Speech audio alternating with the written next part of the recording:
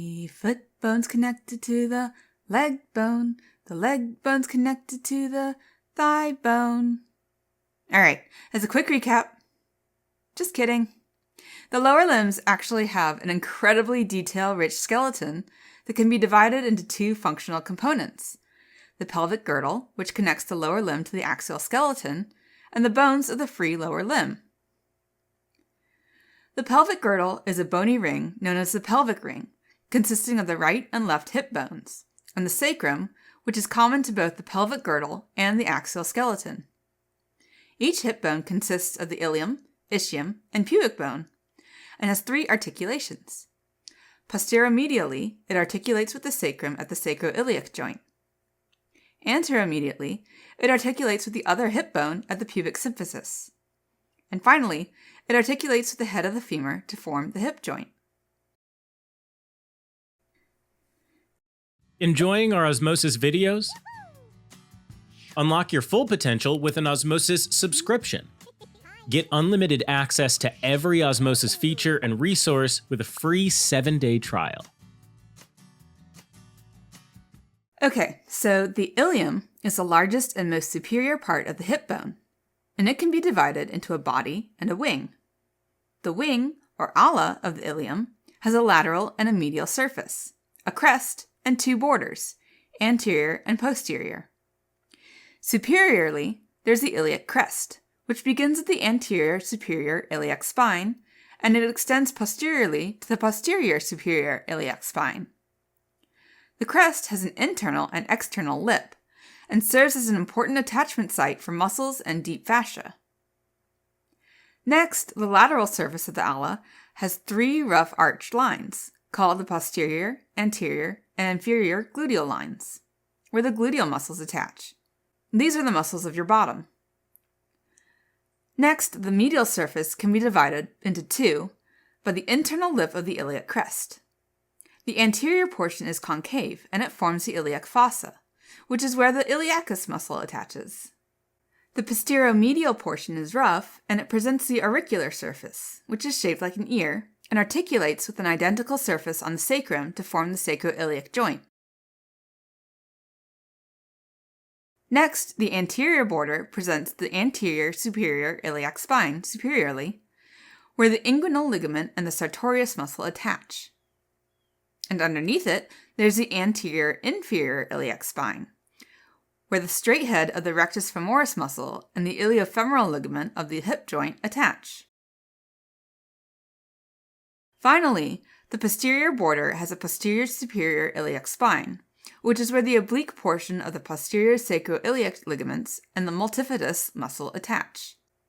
Underneath it, there's a posterior inferior iliac spine, below which is a deep notch, the greater sciatic notch. Okay, so the ala continues inferiorly with the body of the ilium, which joins the pubis and ischium to form the acetabulum.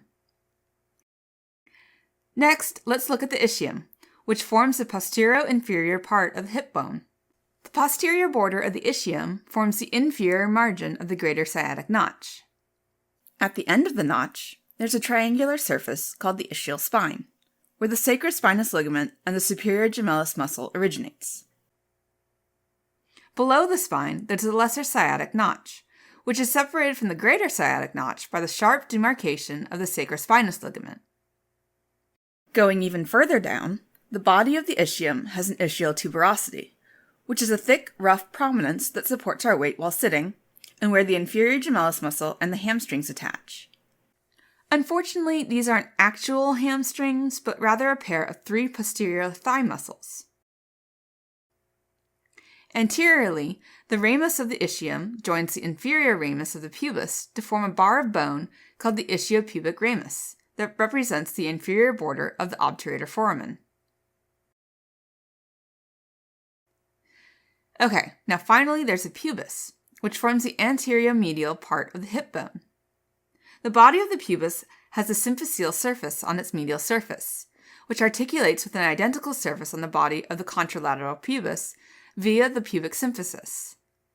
The pubic symphysis is a cartilaginous joint that sits between and joins the pubic bones at their respective rami. Anterosuperiorly, the body presents a rounded thickening called the pubic crest, which is where the abdominal muscles attach. The crest extends laterally as a pubic tubercle, which is the distal attachment point of the inguinal ligament. Superior and laterally, the body of the pubis continues with its superior ramus, which forms part of the acetabulum. The lateral part of the superior ramus also has a sharp raised edge, the pectineal line, or pecten pubis, which joins the arcuate line of the ilium to form the iliopectineal line. Inferiorly and laterally, the pubis presents the inferior ramus, which joins the ramus of the ischium to form the ischiopubic ramus. Now that we know a bit about the bones separately, let's talk about what they form together. First, there's the acetabulum, which is a large socket of the lateral face of the hip bone that articulates with the head of the femur to form the hip joint. Each of the three primary bones contributes to the acetabulum as follows. The ischium provides the posterior-inferior boundary, the ilium forms the upper boundary, and the rest, near the midline, is formed by the pubis. The margin of the acetabulum is incomplete inferiorly, where the acetabular notch is situated, and makes it look like a cup with a broken rim. There's also a rough depression in the floor of the acetabulum, the acetabular fossa, right above the acetabular notch. These two structures, the acetabular notch and depression, are surrounded by the thick and smooth lunate surface of the acetabulum, the articular surface on which the head of the femur slides. Moving on, there's a large oval opening of the hip bone called the obturator foramen, bounded by the pubis, ischium, and their rami. Normally, the obturator foramen is closed by the very strong obturator membrane, which has a tiny passageway for the obturator nerve and vessels called the obturator canal. The purpose of this foramen is to minimize bone weight, while its closure by the obturator membrane provides an extensive area for the fleshy attachment of internal and external obturator muscles. Okay, so that was enough info to make your hip bones crack. So why don't you pause for a minute and see if you can label the most important features of the hip bones before we move on.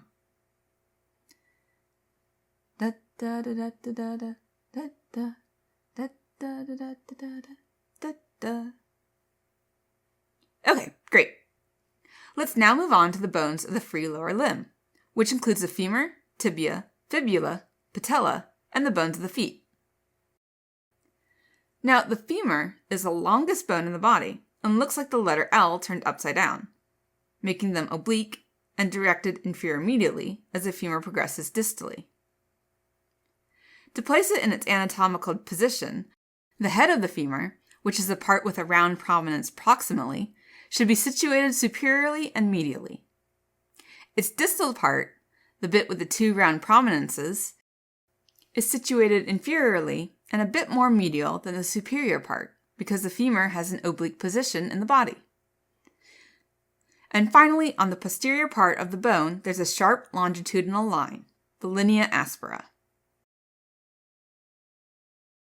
The head of the femur articulates with the acetabulum to form the hip joint, while the distal femur articulates with the tibia and patella, known as the kneecap, to form the knee joint. The femur's main purpose is to transmit body weight from the hip bone to the tibia when a person is standing, and, at the same time, to provide attachment for 23 muscles. Okay, so the proximal femur has a head, neck, and the greater and lesser trochanters. The round head of the femur makes up about 2/3 of a sphere, and is covered in articular cartilage, except for a medially placed depression, which creates a pit called the fovea capitis, which is where the ligament of the head of the femur attaches. The neck of the bone is trapezoidal, with its narrow end supporting the head and its broader base continuous with the shaft of the femur. Now, at the junction between the femoral neck and shaft, there are two large bumps called trochanters. The lesser trochanter is situated medial and inferior to the junction, and is where the iliopsoas attaches. Lateral and superior to the junction is the much larger greater trochanter, where the abductor and rotator muscles of the thigh attach. At the base of the greater trochanter, there's a deep depression called the trochanteric fossa, which is where the tendon of the obturator externus muscle, obturator internus, and the superior and inferior gemellus all insert. Now, running from the greater to lesser trochanter, there's also the intertrochanteric line on the anterior side of the proximal femur, which is where the neck of the femur and femoral shaft join. The iliofemoral ligament, considered the strongest of the human body, attaches above this line, while the upper part of the vastus medialis attaches to the lower part of the intertrochanteric line. Posterior to the trochanters, there's a similar but smoother and more prominent ridge, the intertrochanteric crest, which in turn has a rounded elevation on its upper side called the quadrate tubercle, and the quadratus femoris muscle inserts on both these elements.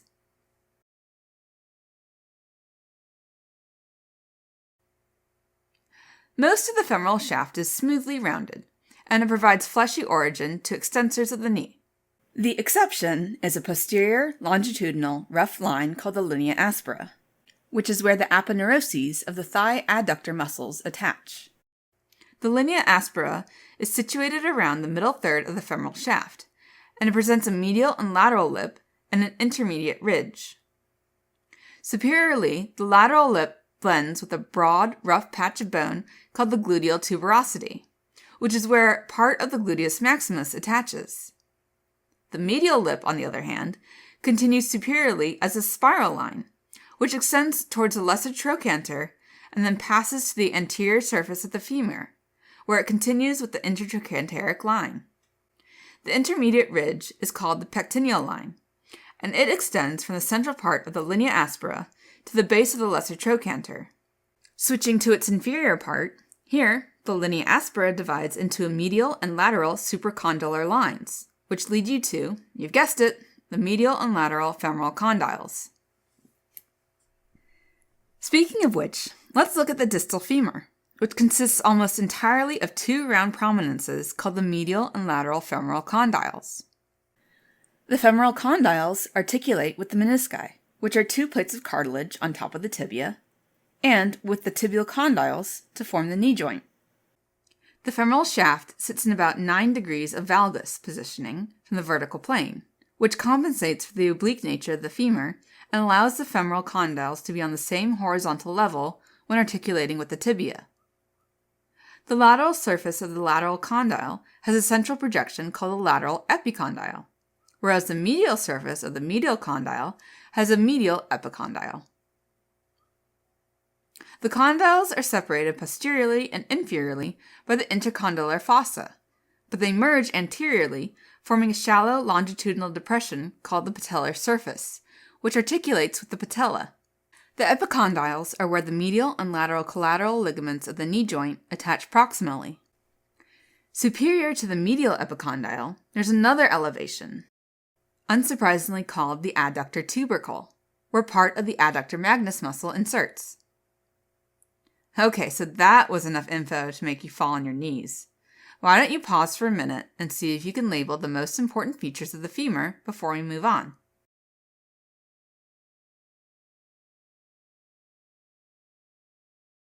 Ready? Okay, so the patella or kneecap is a triangular bone located on top and in the middle of the femoral condyles. It has an anterior and a posterior surface, a superior base, and an inferior apex, and 2 margins. The anterior surface is smooth, and you can actually feel it on the anterior part of your knee. The posterior surface is covered with a thick layer of articular cartilage, so it can articulate with the patellar surface of the femur. This surface is divided by a vertical ridge into a narrower medial and wider lateral articular surface. The ridge, along with the balanced pull of the vastus muscles, helps keep the patella centered in the intercondylar groove as it articulates with the femur during flexion and extension. The patella acts as the largest sesamoid bone in the body and functions to provide leverage for the quadriceps during extension. And that was a breeze, wasn't it? Let's move on to the second largest bone of the body, the tibia, which is located on the anterior medial side of the leg, nearly parallel to the fibula. This bone kind of resembles a scepter, so the thicker and flat proximal end is superior, and its thinner and rounder distal end is situated inferiorly. And because the body of the tibia is somewhat triangular, the tip of the triangle should be anterior, while its base should be posterior.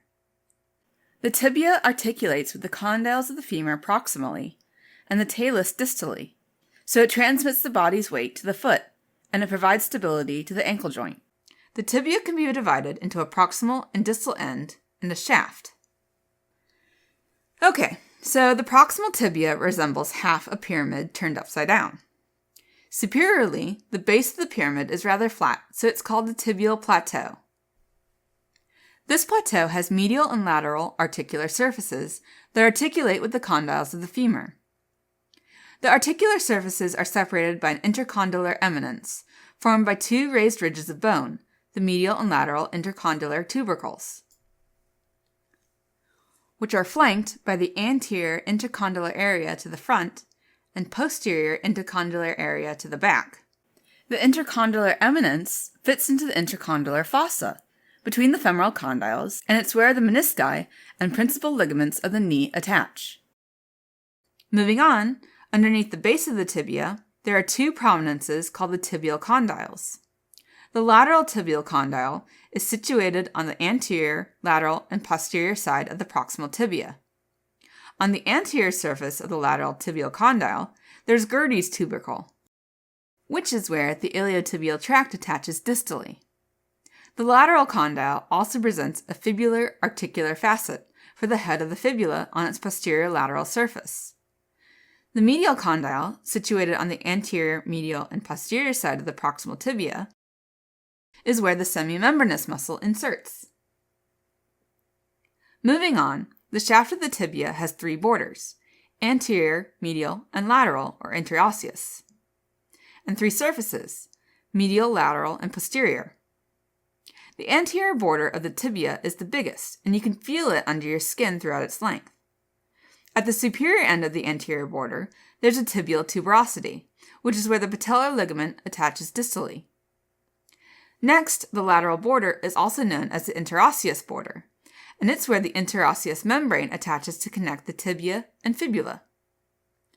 The medial surface of the tibia is subcutaneous as well, and together with the anterior border, they're collectively known as a shin. The posterior surface is marked by a rigid bone known as the soleal line, which is where the popliteus muscle and its fascia attach, and tibialis posterior, flexor digitorum longus, and soleus muscles also originate here. Distal to the soleal line, there's the nutrient foramen, an opening in the bone that gives passage to the main artery supplying the proximal end of the bone and its marrow. Finally, the distal tibia is longer on the medial side, a bit like a claw, and it forms the medial malleolus.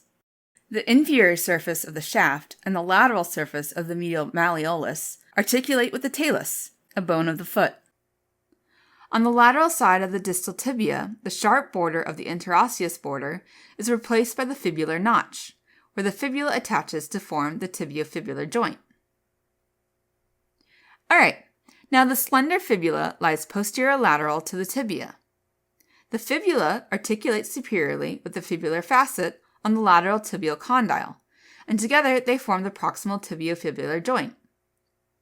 Inferiorly, it articulates with the fibular notch of the tibia to form the distal tibiofibular joint. It also articulates with the talus to form the superior part of the ankle joint. The fibula has no function in weight bearing, and it serves mainly for muscle attachment. It can be divided into a distal end, a proximal end, and a shaft. The proximal end has an enlarged head with a small neck inferior to it. The head has a pointed peak on top of it called the apex, and it articulates with the fibular facet on the posterior lateral inferior surface of the tibial condyle. The shaft is twisted and provides many sites of muscular attachments. Similar to the shaft of the tibia, it's triangular, having three borders, anterior, interosseous, and posterior, and three surfaces, medial, posterior, and lateral. The distal end enlarges and extends laterally and inferiorly to form the lateral malleolus.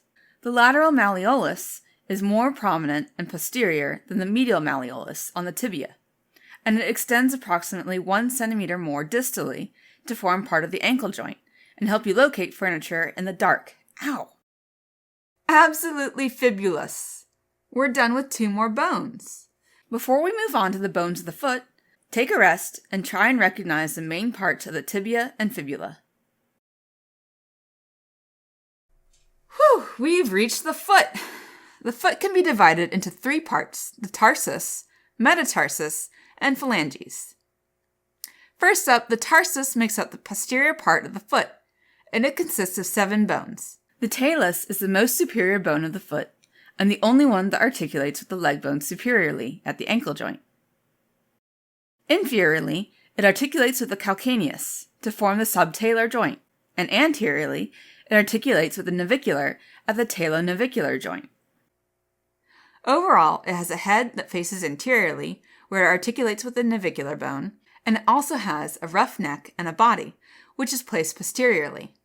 The superior surface of the body, or trochlea of the talus, is gripped medially and laterally by the 2 malleoli.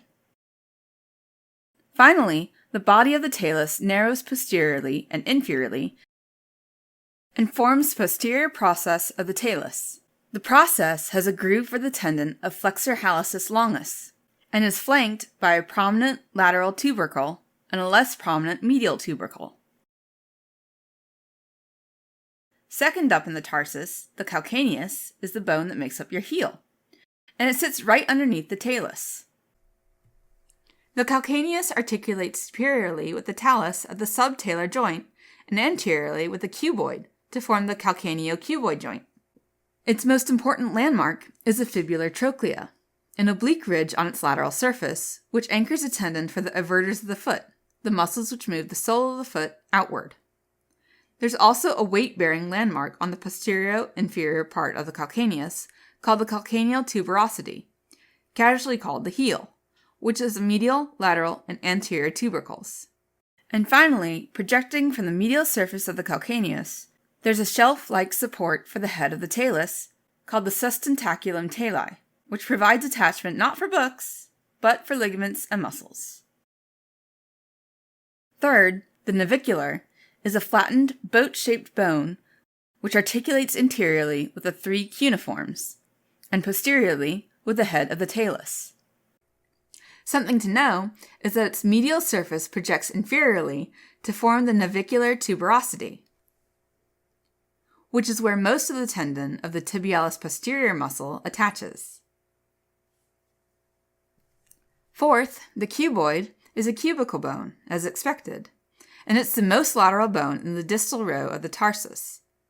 This means it has 6 surfaces: anterior, posterior, dorsal, plantar, medial, and lateral, most of which articulate with other bones of the foot. Its most important landmarks are the tuberosity of the cuboid, and on the inferior lateral surface there's a groove for the fibularis longus, a peroneus longus muscle tendon. The last 3 bones of the tarsus are the wedge-shaped cuneiform bones. The medial cuneiform is the first and largest bone. The intermediate cuneiform is the smallest of the bunch, and the third and final bone is the lateral cuneiform, which is the only one to articulate with the cuboid. Each cuneiform articulates posteriorly with the navicular bone, and anteriorly with the base of its corresponding metatarsal. So let's look at the metatarsus now, which comprises of 5 metatarsal bones, all of which articulate with the tarsal bones proximately to form the tarsometatarsal joints. Distally, they articulate with the proximal phalanges, or the bones that make up the toes. They're numbered from the medial side of the foot, and each metatarsal has a large base proximally, a shaft, and a narrow head distally. Some rather fun facts about them include the fact that the bases of the 1st and 5th metatarsals have large tuberosities for tendon attachment, and that the tuberosity of the 5th metatarsal projects laterally over the cuboid. And finally, on the plantar surface of the head of the 1st metatarsal, there are 2 miniature bones, the medial and lateral sesamoid bones, and they're embedded in the tendons passing along the plantar surface. And finally, we've reached the 14 phalanges. Each toe, except for the first, or great toe, has a proximal, middle, and distal phalange, while the first toe has only a proximal and distal phalange. And each phalanx has a proximal base, a shaft, and a distal head. Phew, alright, as a quick recap. The hip bones are formed by the fusion of three primary bones, the ilium, ischium, and pubis. The ilium is the superior part of the bone. The ischium forms the posterior-inferior part of the hip bone. The pubis forms the anterior-medial part of the hip bone. The femur's proximal end consists of the femoral head and the greater and lesser trochanters. There's also the intertrochanteric line on the anterior side of the proximal femur, and, conversely, posterior to the trochanters, the intertrochanteric crest. The shaft of the femur features the linea aspera on its posterior side, while the distal femur consists almost entirely of the medial and lateral femoral condyles. The tibia is located on the anterior-medial side of the leg. The proximal tibia comes with the tibial plateau, which has two articular surfaces divided by the intercondylar eminence, and distal to the plateau are the tibial condyles. The tibial shaft has a tibial tuberosity and the interosseous border for the interosseous membrane, inferior to which we can find the fibular notch. On the posterior tibia, there's a soleal line, and the distal tibia has a claw medially, the medial malleolus. The fibula lies posterior-lateral to the tibia. Its proximal end has a large head superior to a small neck, and a pointed peak where the articular surface for the fibular facet lies. The distal end of the fibula extends laterally and inferiorly to form the lateral malleolus. Finally, the foot comprises of the tarsus, metatarsus, and phalanges.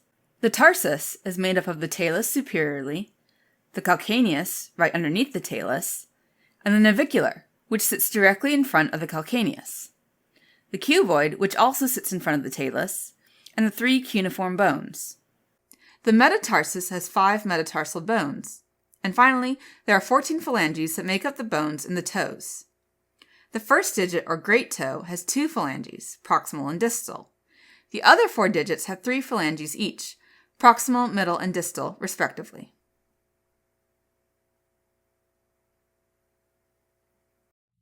Helping current and future clinicians focus, learn, retain, and thrive.